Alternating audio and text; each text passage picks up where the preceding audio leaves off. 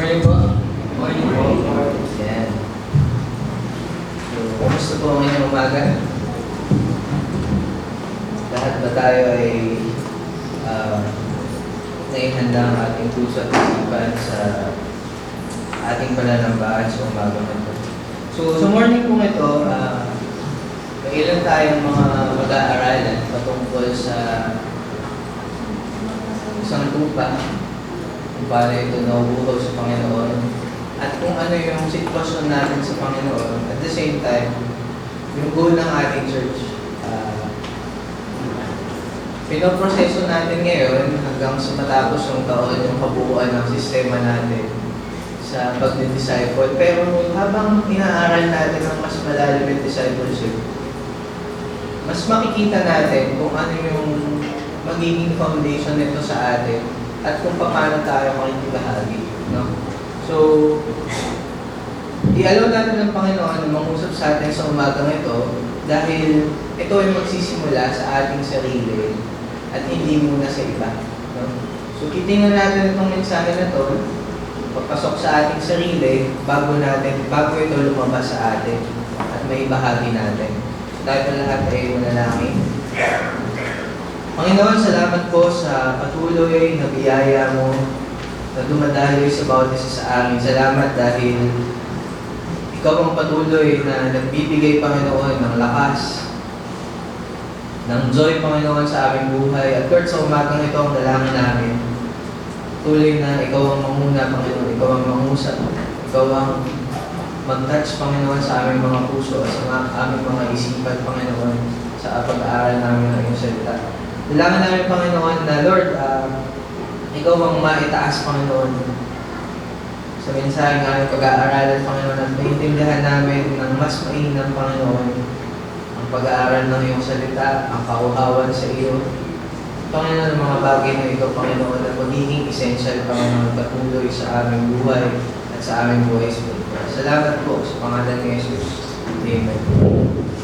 Sige, makibukas na po ulit kayo sa akin sa Psalms chapter 42, verses 1 and 5. Psalm 42, verses 1 and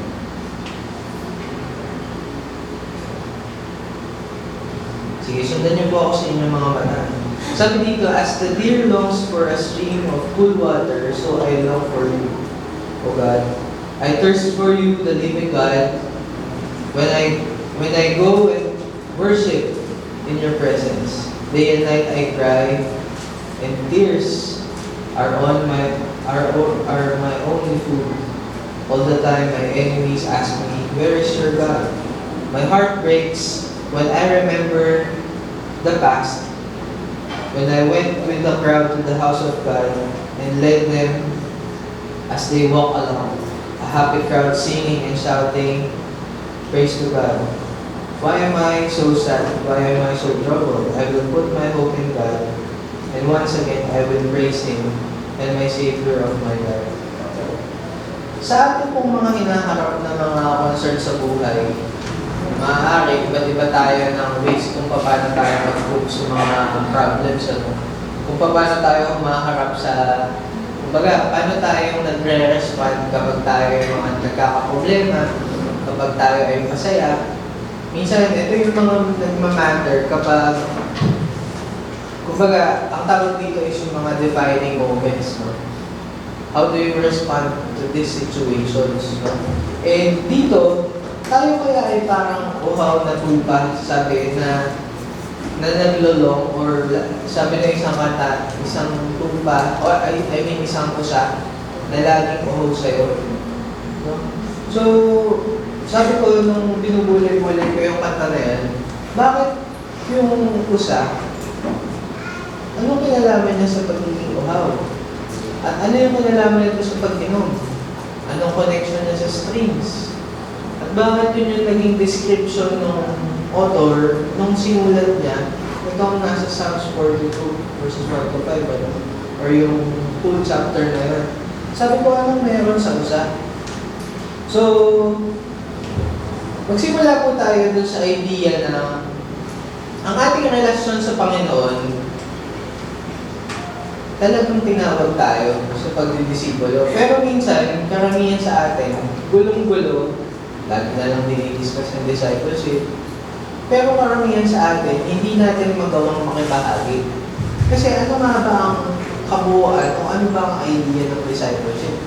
Maaaring ngayon kasi atin, napapakinggan, naririnig yung mandate, pero pagdating dun sa idea ng ano nga ba talaga? Purpose na. Bakit ko ba kailangan gawin yung mga bagay na yan? Ano? At hindi lang tayo dun tinawag na mag-involve, kundi tayo din, ipasa natin to sa iba. Sabi nga, magkaiba yung idea ng discipleship saka yung disciple making.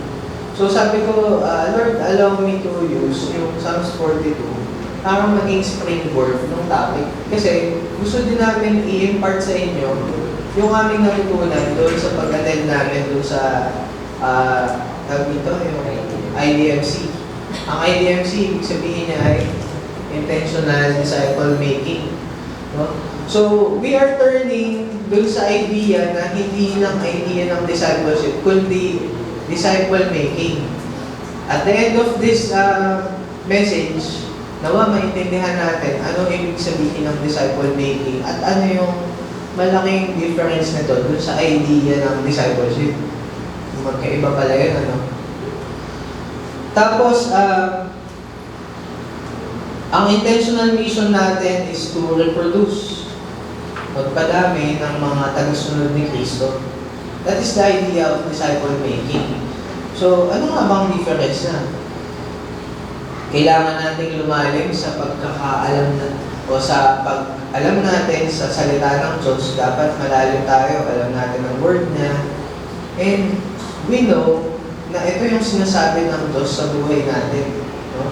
Kasi marami sa atin ngayon, sabi nga, ang panahon natin ngayon, kahapon, dinidiscuss namin sa Bible School, pansinin nyo, sabi ni Pastor John, sa panahon ngayon, wala na halos sinasabihan. So, dinidiscuss namin doon sa Bible School, sabi niya, kasi niyo, bakit gano'n wala ng mga ganitong mga situation? Kasi nga, napansin, sabi, baka napapansin kasi ni Satan, kapag may sinabihan, nandiyan na agad, sumunta agad yung mga Christians. Sisera ng gospel, Bible study, tumitibay. Sabi siguro niya, mukhang nakakatulong pa sa kanila para mas dumami sila. Ang concept ngayon ng present time is yung conceptualization. The era of concepts, the era of ideas.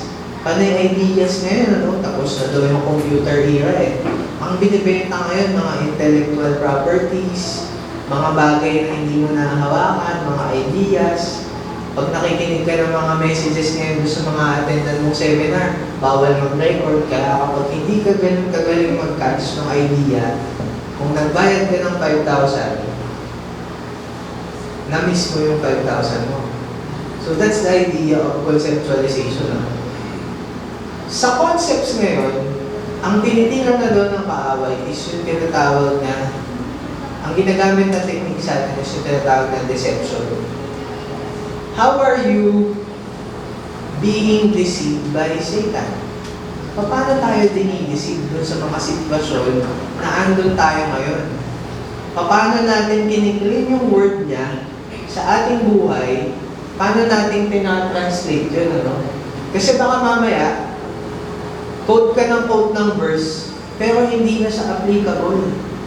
Tapos minsan, ginagamit mo na yung salita ni Lord para i-justify yung isang bagay na hindi mo naman dapat ginagawa.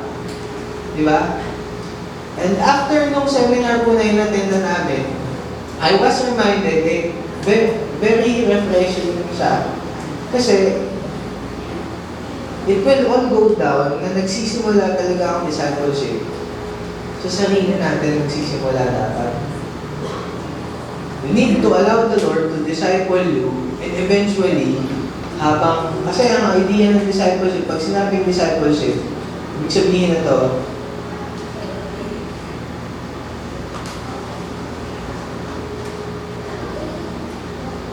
ibig sabihin nito, to know God, to love God, ikaw mismo,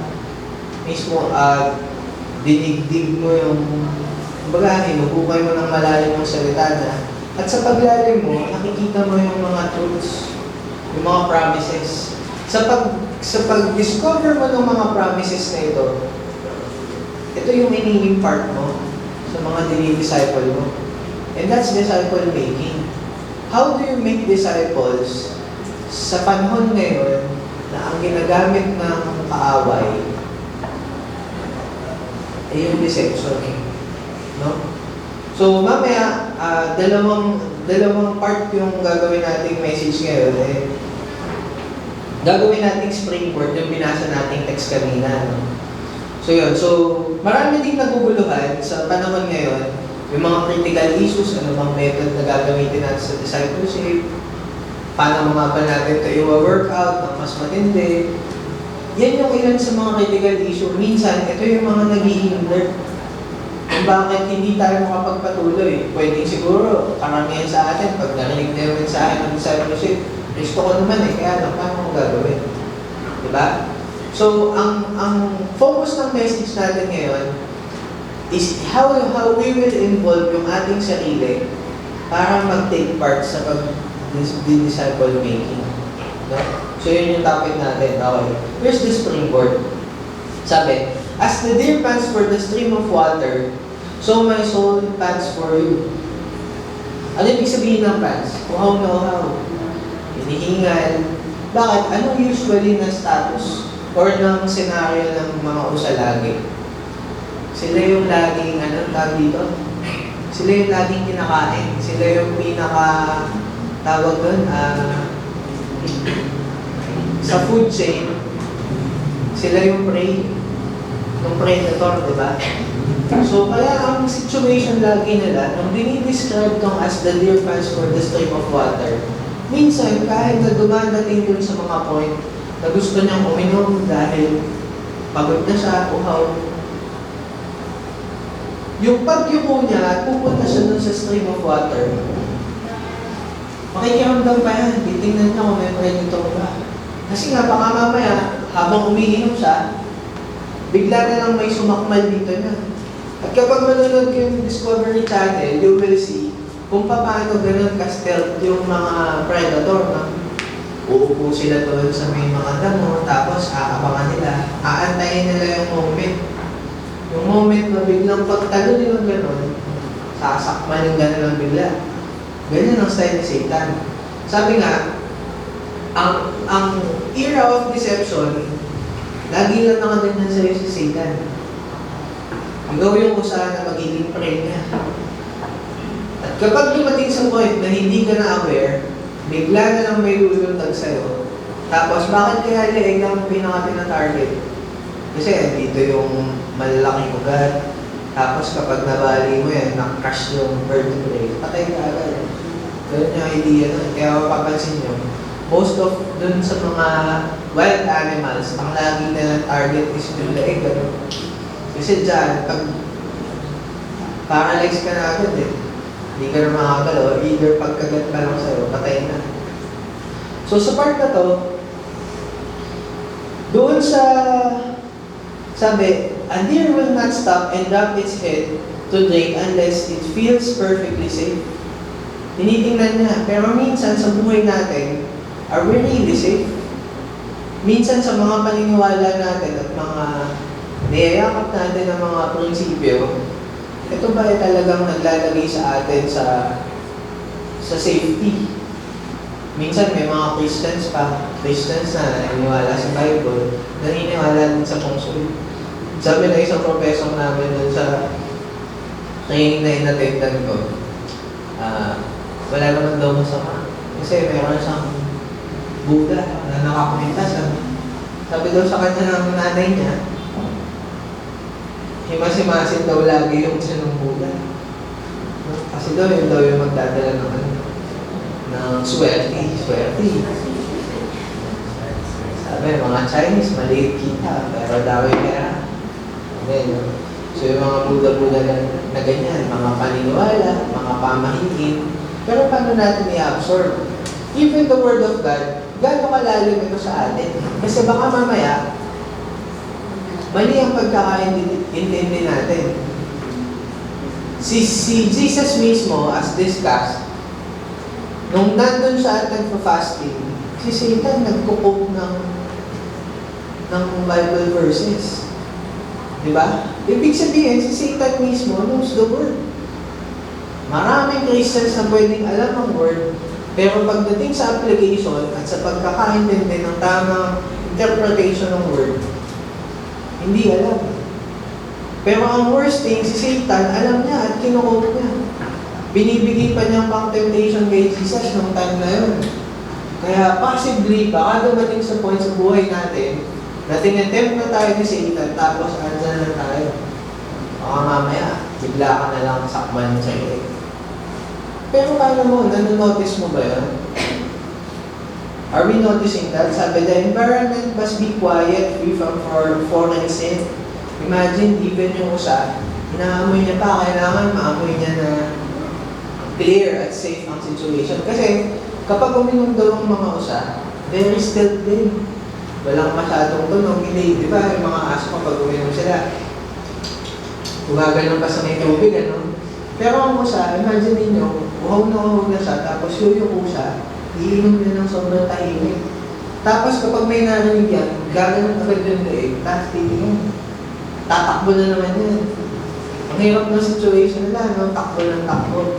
Pero yun yung ginamit na description ng Bible, kasi nga, gaano kaya tayo kauhaw sa Panginoon at sa salita niya? Especially kapag tayo ay umaharap sa mga predators na tayo. We being as prey. No? Tayo bilang mga prey. Sabi niya sa verse 2, my soul thirsts for God. Ang mga kaluluwa ba natin, ang sarili ba natin ay mga uhaw sa Panginoon? When was the last time you read the Bible or you opened it? Ang ganda nga sa church, ano, kapag before tayo mag-start ng message, binabasa na natin yung Bible. At least meron tayong weekly dose of the Word. Pero imagine niyo, if we will translate that, na yung weekly dose mo, yun lang yung pagkain mo for the whole week. Di ba nakakapanghinga?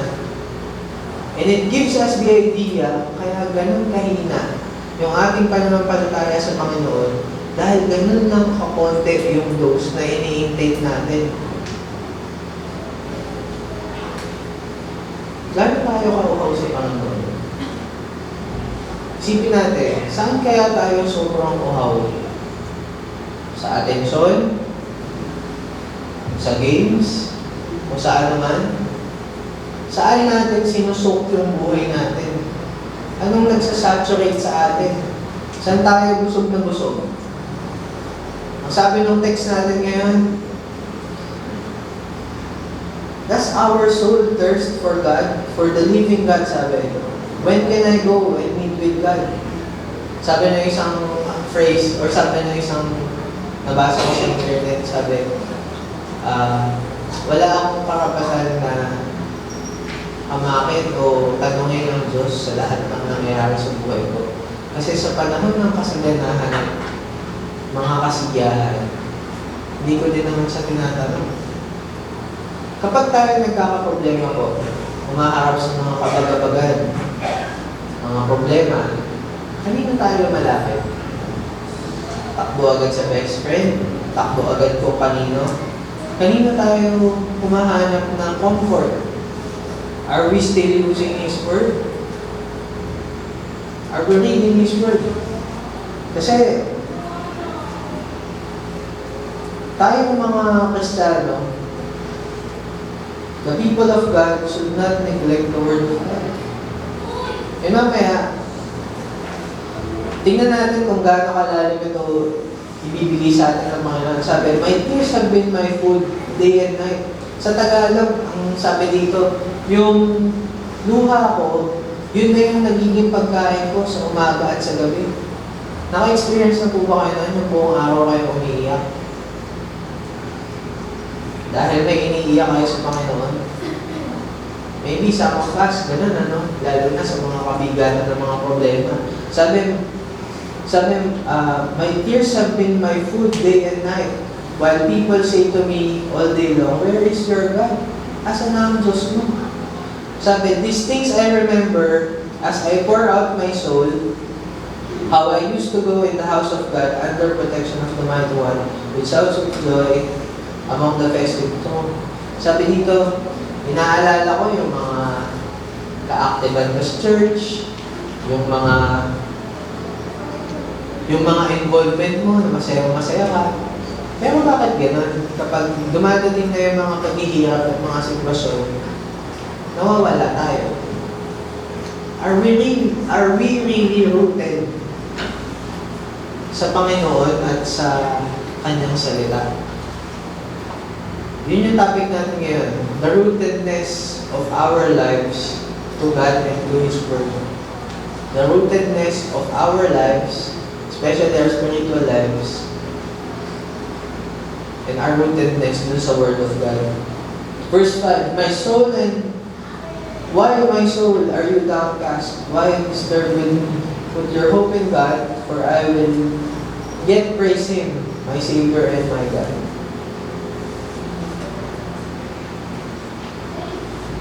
This will be our springboard. Alam niyo ba yung springboard na tinatawag? Kunyari, maikli ka lang tumalon. For example, ako, hindi ko naman kaya mabot itong height na to. No? So, pag tinalon ko yan, ganito lang. Pag sinabing springboard, you use something, parang trampoline, para mag-cause sa'yo, para maabot mo yan. So, ang goal natin sa umaga na to, that we reach the idea of the importance. Bakit tayo kailangan maging rooted? Ano ba ibig sabihin ng rooted? Nakaangkla. Nandun sa ilalim, ano? Imagine ninyo, ang tindi ng cause natin na problema na ginagawa yung Skyway project dito sa may Alabang. Di ba? Pero paglagpas mo ng Alwan, di ba? Paglagpas mo, 2 days, tapos okay na ulit yung biyahe.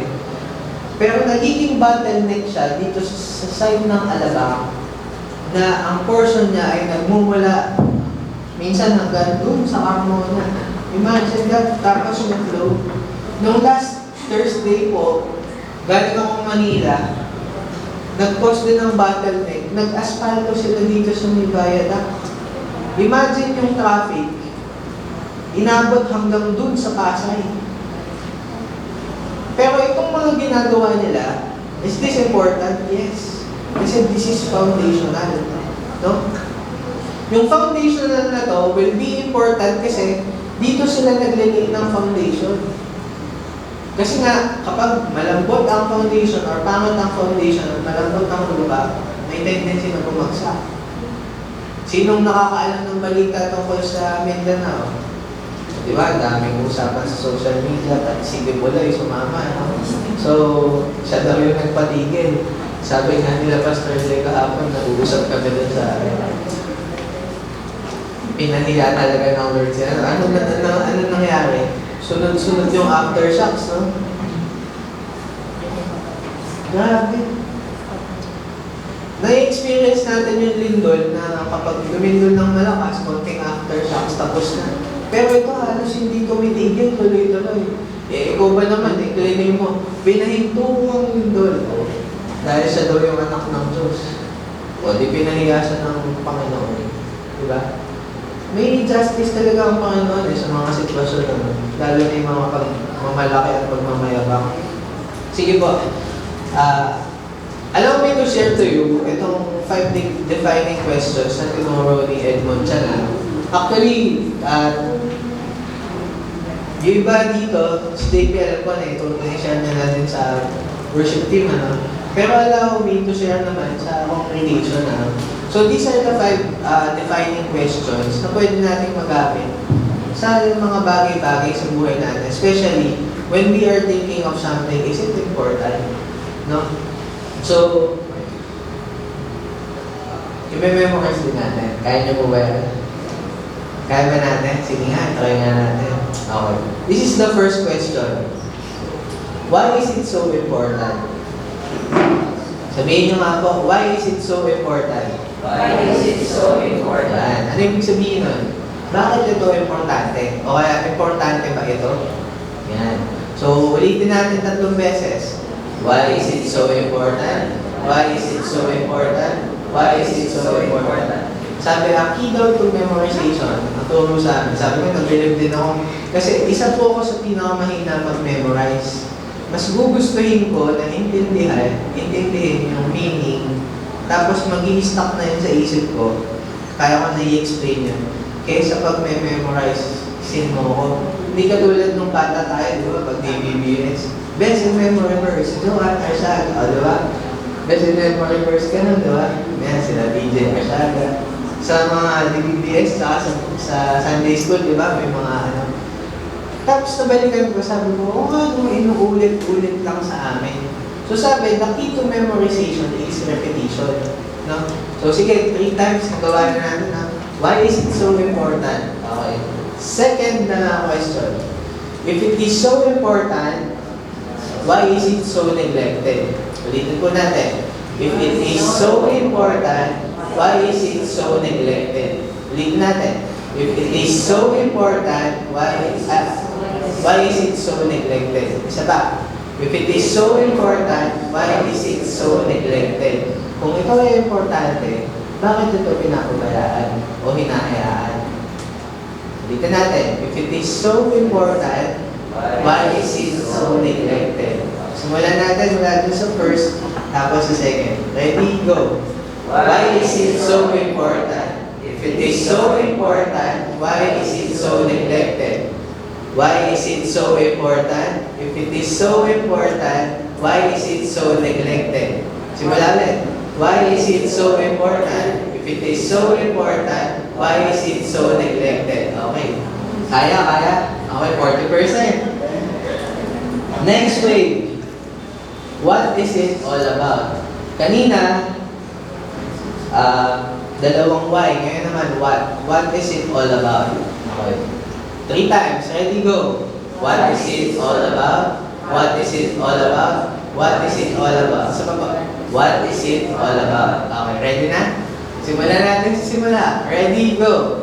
Why is it so important? If it was so important, why is it so neglected? What is it all about? Okay? Isa pa. Why is it so important? If it is so important, why is it so neglected? What is it all about? Okay? Isa pa. Why is it so important? If it is so important, why is it so neglected? What is it all about? Okay? Ano ibig sabihin ng what is it all about? Tungkol saan ba ito? Okay? Pang-apat. 60% kaya na, no? Memorize na? Nahihilo na ako, kuya. Okay? Pang-apat. What makes it so difficult? Ano ang nagpapahirap para gawin ito? What makes it so difficult? Ulitin natin 3 times. What makes it so difficult? What makes it so difficult? What makes it so difficult? Okay? Ready? From the top. Why is it so important? If it is so important, why is it so neglected? What is it all about? What makes it so difficult? Ulit. What makes it so difficult? From the top. Why is it so important? If it is so important, why is it so neglected? What is it all about? What makes it so difficult? Isa pa. Why is it so important? If it is so important, why is it so neglected? What is it all about? What makes it so difficult? Very good. Nasa 80% na tayo. Kaya ba? Amen? Amen. Yan. Talk mo. Gawin lang ang utak natin. Gamitin po eh. Okay, last. How can it best be accomplished? How can it best be accomplished?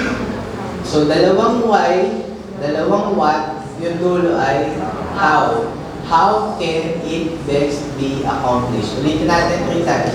How can it best be accomplished? How can it best be accomplished? Last. How can it best be accomplished? Isa pa? How can it best be accomplished? Kaya na? Parang tongue twister to, no? Okay, from the top. Why is it so important? If it is so important, why is it so neglected? What is it all about? What makes it so difficult? How can it best be accomplished? Why is it so important? If it is so important, why is it so neglected? What is it all about? What makes it so difficult? How can it best be accomplished? Last na lang. Why is it so important? If it is so important, why is it so neglected? What is it all about? What makes it so difficult? How can it best be accomplished? Yan. So, kunyari si Ate Rose natutulog, ano? Sabi niya, may 2 a.m. challenge na, sabi ni Edmondson. Tapos biglang sinabi, Boss Rose, kailangan natin ng sasakyan. Eh, nabigla si Ate Rose. Why is it so important? If it is so important, what makes it so difficult? What is it all about? Ano yun ang pangapat? What is it all about? What makes it so difficult? And how can it best be accomplished?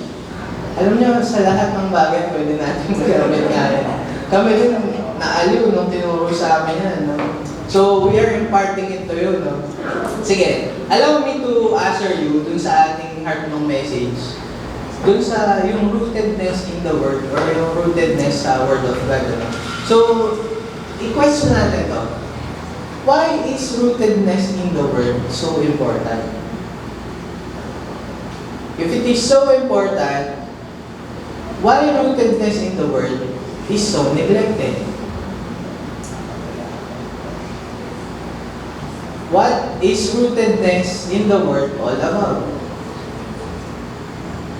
What makes rootedness in the Word so difficult? And how can rootedness in the Word be best accomplished? No?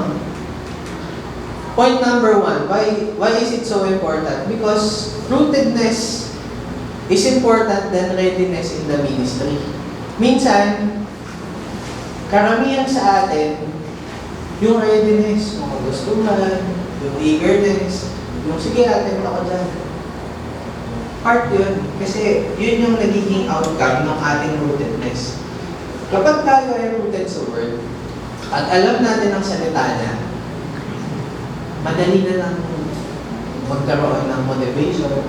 Kaya nga lagi ang question, sabi kahapon ni Pastor Joy, si Ansel po yung best friend ko, from 80 kilograms.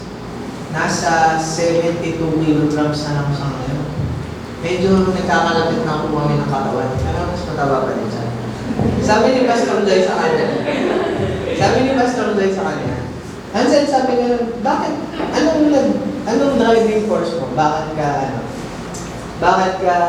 Bakit mo gustong magpapayat? Di syempre ako, nag-abang ako sa sagot niya. Sabi ko, gano'n kaya katindi yung motivation? Alam niya, sagot niya, gusto ko po basta mag-skinny jeans. Because that's the root nung kanyang idea kung bakit niya ginagawa yun. Sabi ko, laking bagay pa ng skinny jeans sa buhay niya. Pag napanood nito, baka gugugin ako. So why is rootedness in the Word so important?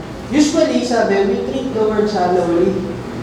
Minsan sa mga Bible studies, napaka-importante na maintindihan natin na ang salita ng Diyos, hindi dapat natin tinitake siya as mababaw lang. Minsan, ang idea natin, sabi nga, kapag tayo ay nagsishare ng Word of God or tayo yung nagdi-discuss sa Bible study, we often usually do na ang nangyayari is knowledge transfer lang. Minsan sharing time. Pero anong tawag nila doon? Sabi doon, shared ignorance. Minsan dahil wala tayo ng rootedness sa Word at kung ano ba talaga ang gustong ituro ng Panginoon sa atin dun sa salita niya, we often end up dun sa idea ng shared ignorance. Minsan sasabihin pa, hindi. Ganito pagkakaintindi ko dyan. Hindi, alam ko ganito yan. Sige, sharing time. Hanggang natapos yung Bible study, they end up very empty kung ano na pag-aralan. Basta natapos lang, nairaos yung Bible study. Kasi nga, walang rootedness. They don't allow themselves to be rooted, kumonect dun sa word, himayin ng yung word mismo. Ano ba yung implication nito sa atin? Minsan, sa Bible study nyo, gamitin nyo po, why is it so important to discuss that? Sa lahat, why is tithing so important? Why is evangelism so important? If it is so important, why is it neglected? Bakit ang Sunday school importante? Kung ito yung importante, bakit ito pinababayaan? Para saan ba ang Sunday school? Bakit ito, ano yun? Ano yung pangalan? What makes it so difficult para hindi madala yung mga bata? And how can it best be accomplished? Sabi, kailangan natin maintindihan yung idea na yung importance ng rootedness kasi yung connection natin sa word, yun yung magbibigay ng outcome eh. Diba? Mamaya, mas may natin. Next, second question. If it is so important, why is it so neglected? Minsan, karamihan sa atin, ang idea natin, ang mark ng spiritual maturity natin, sabi nga, dun sa topic, sabi, akala natin yung busyness sa word, busyness sa ating ministry. Masyado tayong busy, no? Pero hindi tayo busy para sa Panginoon. Sabi, busy for God, but not busy with God. Iba yung kasama mo ang Panginoon para sa Diyos at para busy for God, pero hindi ka busy with God. Masyado ako nag-focus mo sa activity, pero hindi para sa Panginoon mismo. Bakit ka nag-preach dito sa harap? Is it for the Lord? Or para lang kayo ay ma-entertain at ma-feed? Para ba ma-spread yung word niya at maintindihan natin? Or para lang kayo ay umupo sa pakapakinig? Yun yung idea nun. Minsan nakala natin, yung zeal, yung kainitan, yung pagiging active sa mga activities, yung spiritual giftedness natin, even yung dami natin alam sa salita ng Diyos, nakala natin, yun yung mark ng spiritual maturity. Pero actually, ang mark ng spiritual maturity is yung ating rootedness sa Panginoon. Yung rootedness sa salita niya. When was the last time you did your devotion? Lagi natin naririnig, devotion. Pero nagagawa ba natin? Sabi, carnal in the pursuit of knowledge rather than with journey with God. Paano natin ina-absorb yung mga mensahe sa pakikipag-usap natin sa Panginoon? Like for example, pag natapos ng mensahe na to, paano tayo nagre-reflect? Anong gustong sabihin sa akin ng Panginoon sa pinag-aralan namin sa Sunday worship? Doon sa Bible study namin. No? So, ito yung mga questions na dapat natin tinatanong kasi for example, sino dito mga naghahanap ng work? O yung mga naghahanap ng work dyan, sabihin, ano bang gusto talaga ng Lord na maging trabaho ko? No? We need to ask those questions. Gusto ba ng Lord talaga na tumaas yung sahod ko? Kasi kung tataas ba, ano ba ito para sa Kanya? Ano bang magiging part nito para sa Kanya? No? So, meron tayong mga disciple making or discipleship na sinasabi, may mga hindi nagdi-disciple talaga. Meron naman nagdi-disciple pero false discipleship na natawag. Akala lang nila nagdi-disciple sila. Pero actually, hindi siya nagiging discipleship kasi yung rootedness, hindi nila nai-impart. How will you impart something kung ikaw mismo hindi rooted sa Panginoon?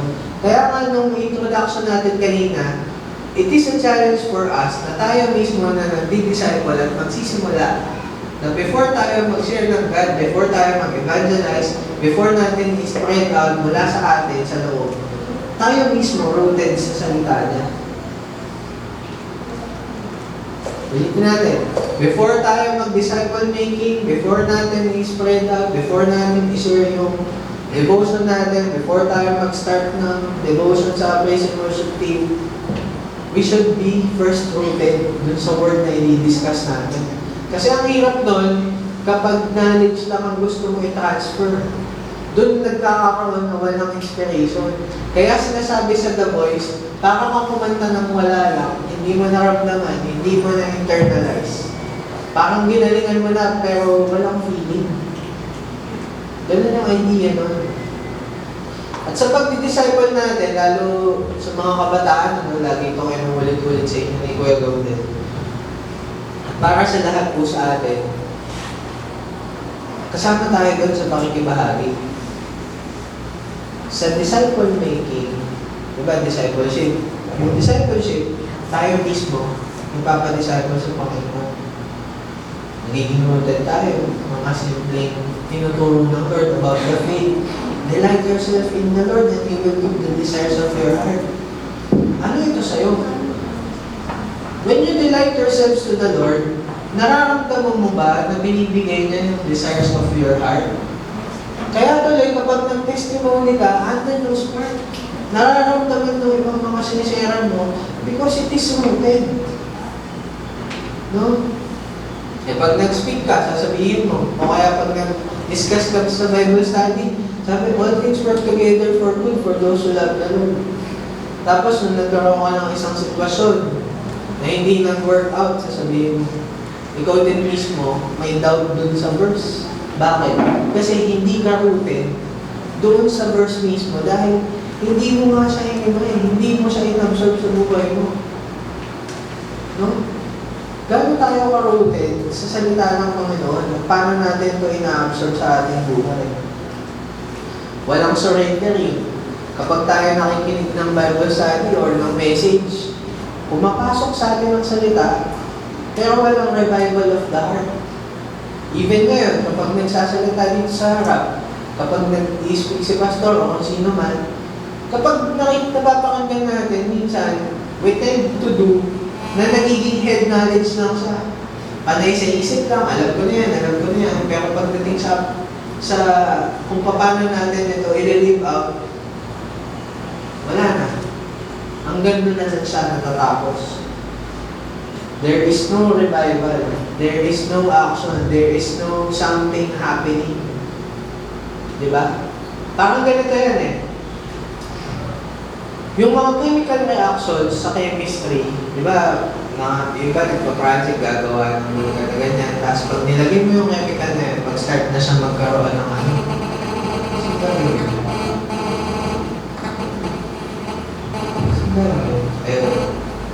So, nag-start magkaroon ng mga chemical reaction, yun yung hinahanap natin kapag nakinig tayo ng salita ng Panginoon.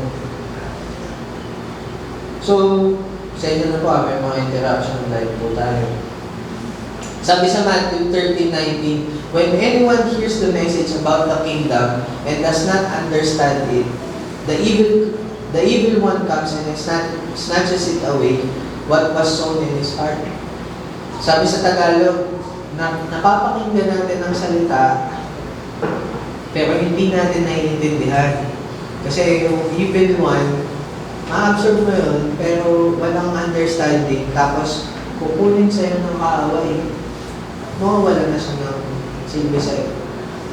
Yun yung dapat natin i-work out. Malapit na naman matapos ang 2019-2020 na our challenge for us is to be rooted in the Word. Yun yung gusto din namin i-impart. Yun yung pinaka-heart ng message ng IDMC. Hindi siya nag-discuss tungkol sa mga proseso at gagawin mo sa discipleship making. No. The message was done na lahat ng mga participants doon na may eagerness na gustong mag-disciple, simulan nyo sa sarili nyo. Sabi, yun yung idea. Na maging rooted tayong lahat. Tapos na yung panahon ng pagiging petics lang o nakikinig ka lang. Wala lang sa yung salita ng Lord, attend lang, kikinig lang. This time, we need to be rooted. Kailangan lumabas yun sa atin. Sabi, there are no instant spirituality. Wala yan na parang instant noodles na kapag nilagyan mo ng tubig, in 3 minutes, malaguman agad na Christian. Hindi ganun ang Christian life. Minsan, may mga tumanggap sa atin, sasabihin, alam mo, 10 years na nga akong Christian eh, tumanggap ako kay Lord, ng ganyan-ganyan. Tapos, okay, gaano ka naka-rooted sa Panginoon? Hindi. Yung iba nga, minsan, kahit na 1 week pa lang siya, pero nung natutunan niya yung rootedness, nagkakanda iyak dahil sa pagte-testify. Grabe, kuya, ito yung binasa ko yung devotion na yun, tapos naramdaman ko kung paano mangusap ang Lord sa akin, kung paano niya in-explain niya yung mga verse na to para bumaba sa akin at maintindihan ko. Yun yung klase ng spiritual rootedness. No? Sabi, walang katulad nung kay Spider-Man. Di ba, si Spider-Man, okay na dahil nung biglan na lang siyang nagkaroon ng special powers. No? Walang klaseng gano'n na spirituality. Kailangan tayo mismo may eagerness na maging rooted yung sa salita na. There are no superheroes in the kingdom. Sa kingdom, dito sa church, hindi tayo pataasan. Dito, servanthood ang usapan. Sinong mas servant? Sa'yo mas malalim yung pagiging rooted sa salita mo. Kasi si Jesus mismo, saka nakakita, Lord, naghugas ng paa. Tapos nagulat pa, sabi ni Pedro, ay, naghugas ng paa ko. Ganyan pa sabi. In Bible study, yun nga. So what is it all about?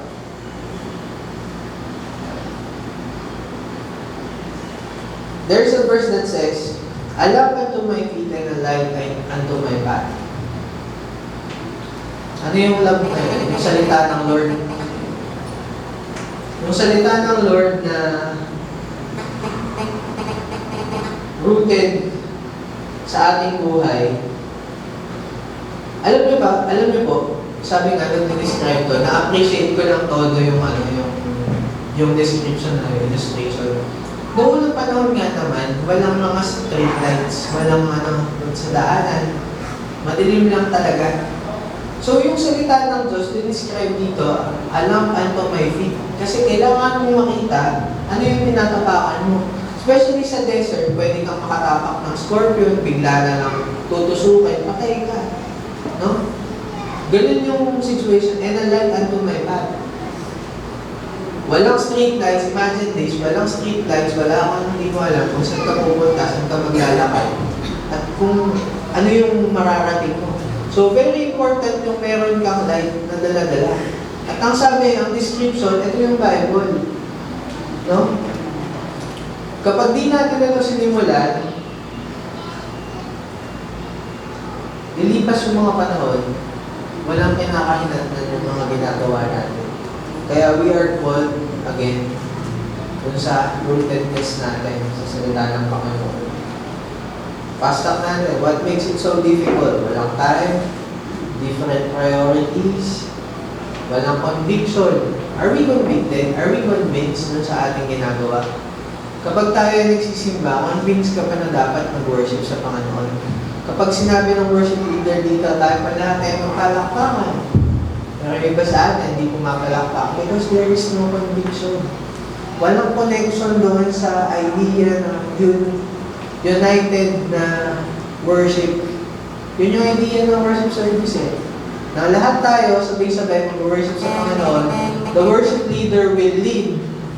At itong pag-lead niya, kapag sinabi niya tayo lahat ay tumayo. So tatayo lahat, may pagsunod kasi siya yung worship leader. Kaya ang laki ng role ng worship leader, kailangan siya din mismo rooted sa Panginoon. Kasi kapag sira yung puso niya, the moment na tumayo siya, imagine the congregation. Wasak din yung worship.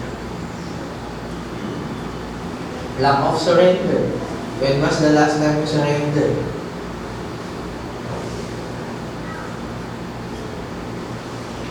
And lastly, how can it best be accomplished?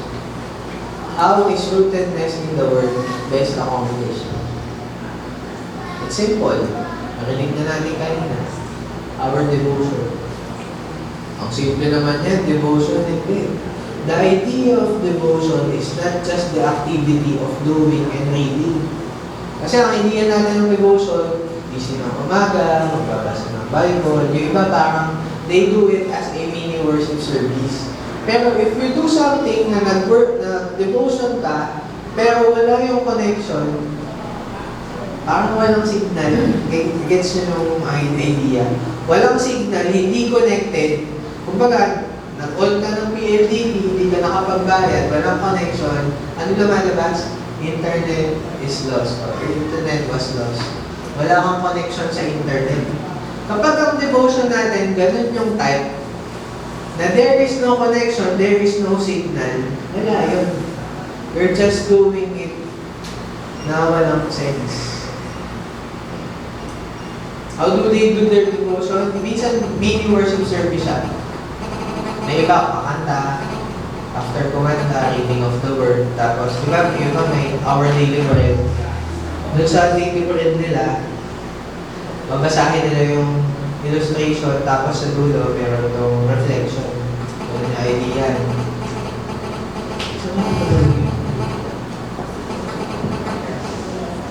Ayun, so, how can it best be accomplished through devotion? Pero what is devotion? Devotion is what? Setting aside a time. Ano ba yung example?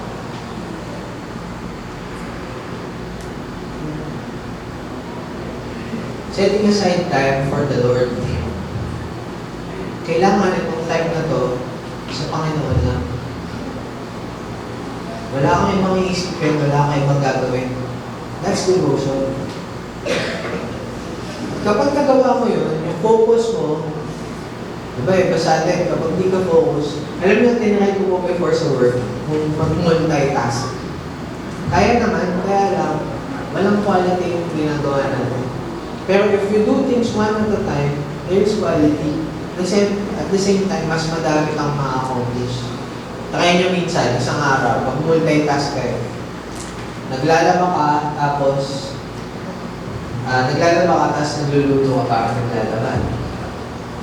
Sabi ng isang illustration, either maganda yung laba mo, tapos sunog yung niluto mo, or masarap yung niluto mo, pero maasim yung nilaban mo. Parang gano'n. Eh, imagine nyo kung tatlo-tatlo pa. Eh, minsan kapag may ginagawa tayo, gumagawa ka ng work, pero yung isip mo, lumilipad. Kailangan, nandun ako sa festival mo. Diba? Ganun tayo. Ako, may traffic. Ako, may pupuntahan ba akong birthday mamaya? You do things one at a time. Mas magiging productive po tayo sa part na yun. And lastly, sana magkaroon tayo ng hunger for His Word. Until din na itong, this will be the closing yung illustration.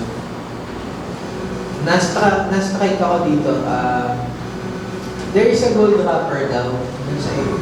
Yung tatay, meron siyang tinatabi lagi na gold wrapper. Yung gold wrapper na yon, pinapabalot niya ng mga very important na mga bagay na ipang-regalo niya. So, alam ng asawa niya, alam ng mga anak niya sa pamilya. So, one time, meron na lang siyang isang gold wrapper dun sa bahay. Kinuha daw ng anak niya, tapos, pinabalot ng regalo. Tinawag niya anak niya, bakit mo nga yung pagbalot ng regalo? Eh, bakit may regalo kasi ako bibigay sa'yo? Itong regalo na to, para sa'yo. Okay. So, medyo kumalman yung puso niya. No? So, sige. Hanggang sa dumating sa time, binigay sa kanya itong regalo na to. Siyempre, excited siya. Naka-gold na wrapper eh. Dahil ang idea niya ng pagbavalue ng wrapper na yun is yung may value yung loob na ibibigay mo. So, dumating yung time, pag binuksan niya daw yung regalo, at pag-open niya, walang laman yung box. Tinawag na naman yung box. Sabi niya, bakit nagbalot ka ng regalo para sa akin, tapos wala namang palang laman? Sabi niya, Daddy, hindi po. Yung box po na yan, ilagay ko po dyan yung madaming kisses ko. Kiss ko po para sa inyo. So medyo mayroong half-heartedness. Alam ko, naramdaman nyo din habang pinapakinggan. Imagine nyo something. Kunyari, yung rapper na yun is 5,000 word. Tapos ginagamit ko lang siya pang regalo ng Louis Vuitton na bag, pang ano, tapos ibibigay mo kunyari kay mayor, ganyan. Sa mayor na babae o sa naman. O kaya ibibigay mo kay congressman, ganyan. Tapos eventually, ang hat-trick mo. Sabi, ay, nilagay ko sa kahon, mga kisses. Tapos, kung iisipin mo yung idea, parang, what? Now eventually, there was a time, nasagasaan yung bata galing sa school. Namatay. Nung namatay siya, binalikan ng tatay yung box na regalo. Doon nagkaroon ng value yung box na madaming namanakis na nakabalot sa programmer. Yung salita ni Lord, hindi empty.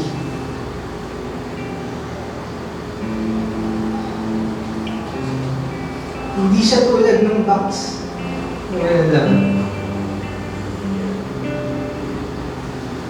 Kailangan lang natin makita yung importance nito sa buhay natin. At kailangan tayo maging rooted. Pag di natin nakita yung value na yun, then everyday na ginagawa natin yung pagdidegosyo natin, nonsense. But if we will be rooted sa Kanya at sa salita niya, disciple making will be as easy as one food. Why? Because you're just imparting your rootedness with God. Ito, anak, kung paano maging rooted sa Panginoon. Ito yung mga truths niya na dapat mong maintindihan. Ito yung mga bagay na pwede mong hawakan kapag ikaw ay nawawala ng pananampalataya. Ito yung mga bagay na pwede mong namnamin. Ganon ang rootedness. Amen po ba? Amen. Tayo natin manalangin.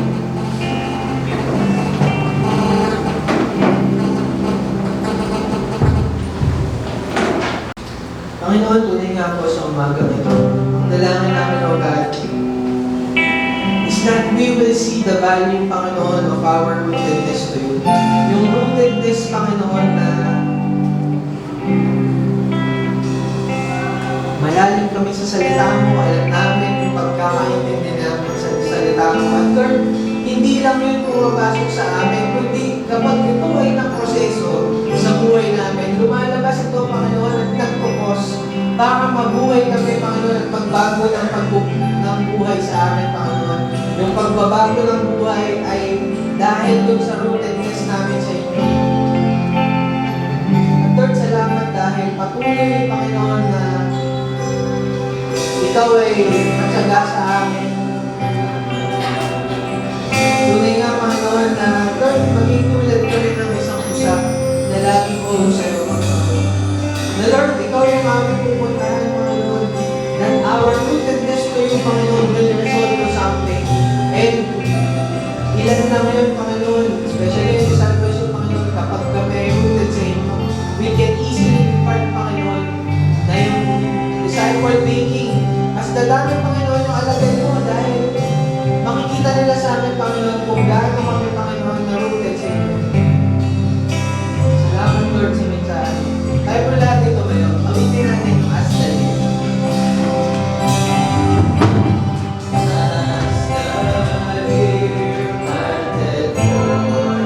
Alone